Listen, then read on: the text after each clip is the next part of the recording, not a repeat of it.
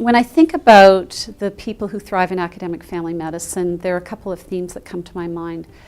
I think the first is that it's important for our new faculty, whether they're brand new family doctors or they've been in practice for a while, now they're joining in with teaching and other activities.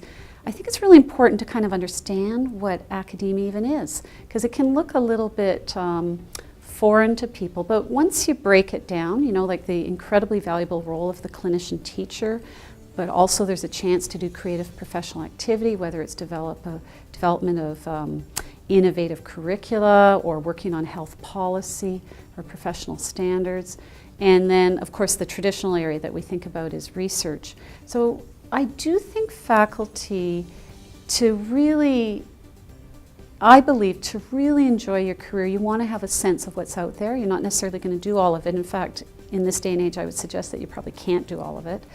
And then give yourself time, so don't be too impatient with yourself. You need to go to conferences, to do a little bit of reading, and then to sort out what will be right for you. And the other thing that I think makes all the difference in the world is to find people, colleagues, who you really, really like working with. In this day and age, most of the best work is done by groups or by teams.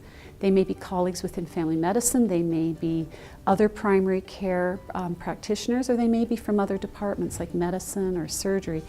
Find those people, and I think that that's the thing that will sustain individuals, is to have people that they learn from, that support each other, and at times spell each other off. You know, I was in a group years ago, a wonderful group, and I'm close to the people in the group to this day, and it was a research group, and we were all in our early childbearing years, and I can still remember there were about 7 or 8 of us in this research group that was sustained over a decade, and there were times where people would say, you know what, I just can't contribute to that paper. And often people would say, you've done so much that even if you can just give this small contribution, we want your name on it. Or don't worry about it, you're still a member of the group, and we will we'll see you for the next endeavor. And I thought that was an extraordinary model, particularly for young female faculty. I'd say the first thing is that being in family medicine is kind of a great place to be, because there are so many opportunities and there is so much possibility within our discipline, and not just at any given moment in your career, but throughout your career. I mean, if I reflect on my own experiences, I've spent time running an inpatient unit, which was a tremendous challenge and a lot of fun. I've had the opportunity to be involved in research, and most recently to work at Canadian Family Physician, and I would never have anticipated going in those directions when I was a resident. In terms of thriving, though, I think it really is important, and it's a constant challenge not to take on too much, to really sort of know what your limits are and keep some boundaries so that you're able to enjoy not just your professional life, but your personal life as well. But that's a lifelong process. I think it's really important to find work-life balance. And they're going to go, oh, that's the easy answer, because we're all striving for that. Because there are several demands for all the roles that we have, and sometimes those demands are limitless, so you have to find the balance for yourself. It's really important to get a mentor or two to thrive in academic medicine. Whether you do a peer-peer mentorship or you find someone more senior than you, they'll help you stay on the path, and they're going to keep you accountable for what your goals are. And the last thing is, you need to not make sure, well, I'm probably not a good example of this, but don't take on too much. It's really important because there's so many great opportunities out here. Take the time to develop your expertise and enjoy the moment. I would say to that, we're encapsulated by it's not what you know, it's who you know. And I don't mean that in the old-fashioned or negative sense of sort of the old boys club, or people who were excluded who weren't from the specific background. But in a more positive sense, in that nobody really gets in the door to an academic career without knowing a lot and without bringing certain skills and attributes. And it's getting more and more challenging. More people coming in with masters and PhDs and that sort of thing. That's the entry. But in terms of what I've seen for people who go far, it's people who connect with others in their academic role, as teachers, as researchers who have a group of people that want to work with them, that they want to work with, that they interact with. It is really impossible to such a strong word, but it's very, very difficult and generally a kind of stunted growth or divergent path. People who try to do it on their own and aren't capable of engaging in those relationships. And there are people who have difficulty with it, and we see them and you try and help them out, but it is more challenging. So how do you build that network?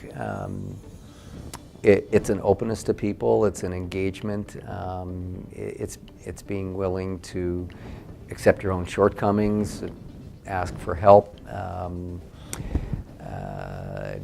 certainly being capable of offering of yourself to other people, including them on projects, giving people a chance. And every once in a while, someone's going to let you down when you do that, and you know, maybe that isn't going to be one of the relationships you sustain.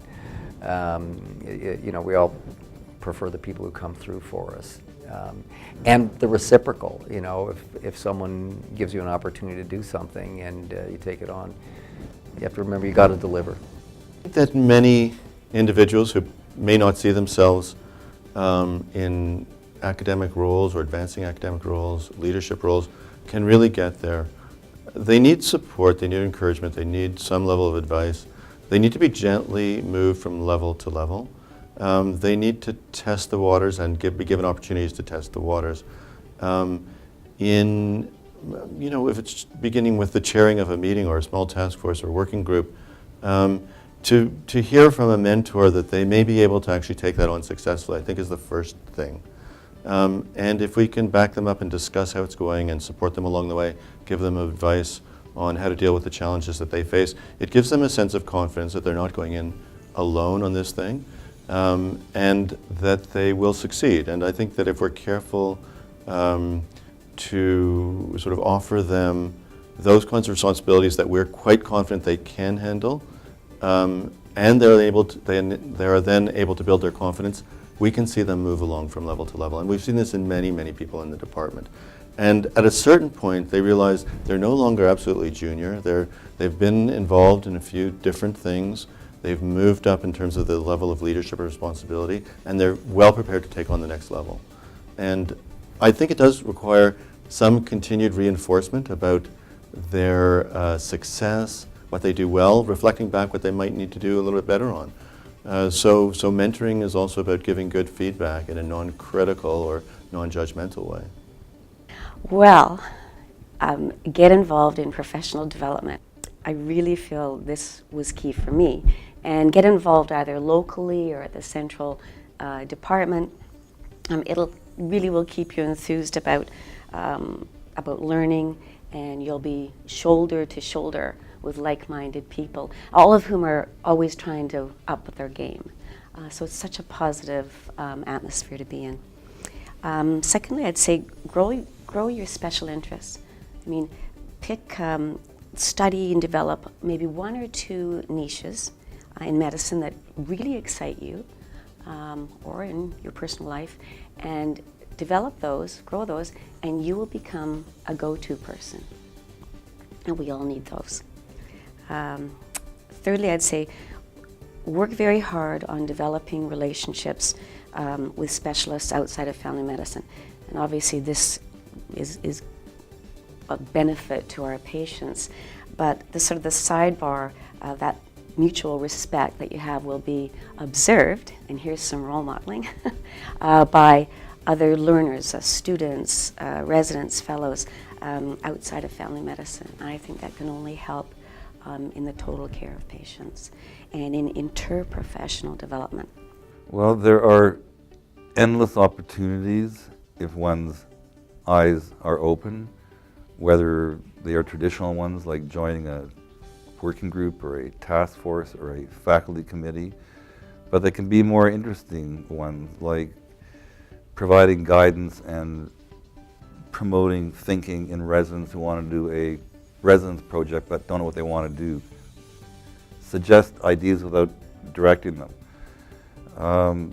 there's all sorts of work to do, whether it's overseas, in the inner city, I mean, any area of medicine. I mean, what's beautiful about family medicine actually is the flexibility and diversity of opportunities and the adaptability of our skills to almost any situation, whether it's in a courtroom as an expert witness, a college disciplinary hearing, a demonstration on the streets, a statement to the press, a submission to a legislative committee studying cycling or pollution.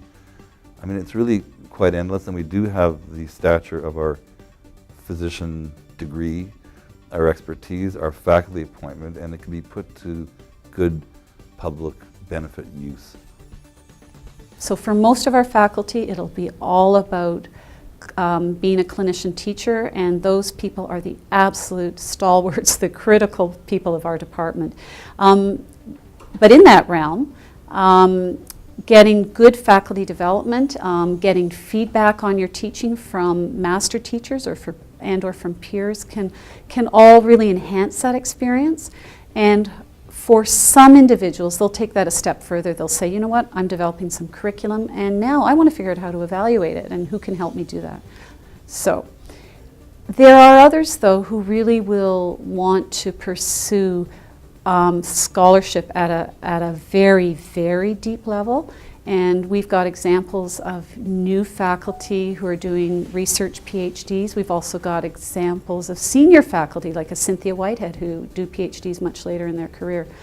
And I'm not suggesting that you have to get a doctorate to be deeply academic. I don't have a master's or a PhD, and I've done all sorts of academic things. But I do think that in this day and age, to be able to get protected funding and to be able to have academic success, and you're thinking you want to do research or do very in-depth educational scholarship, then you need to look at the training opportunities and look at them very carefully.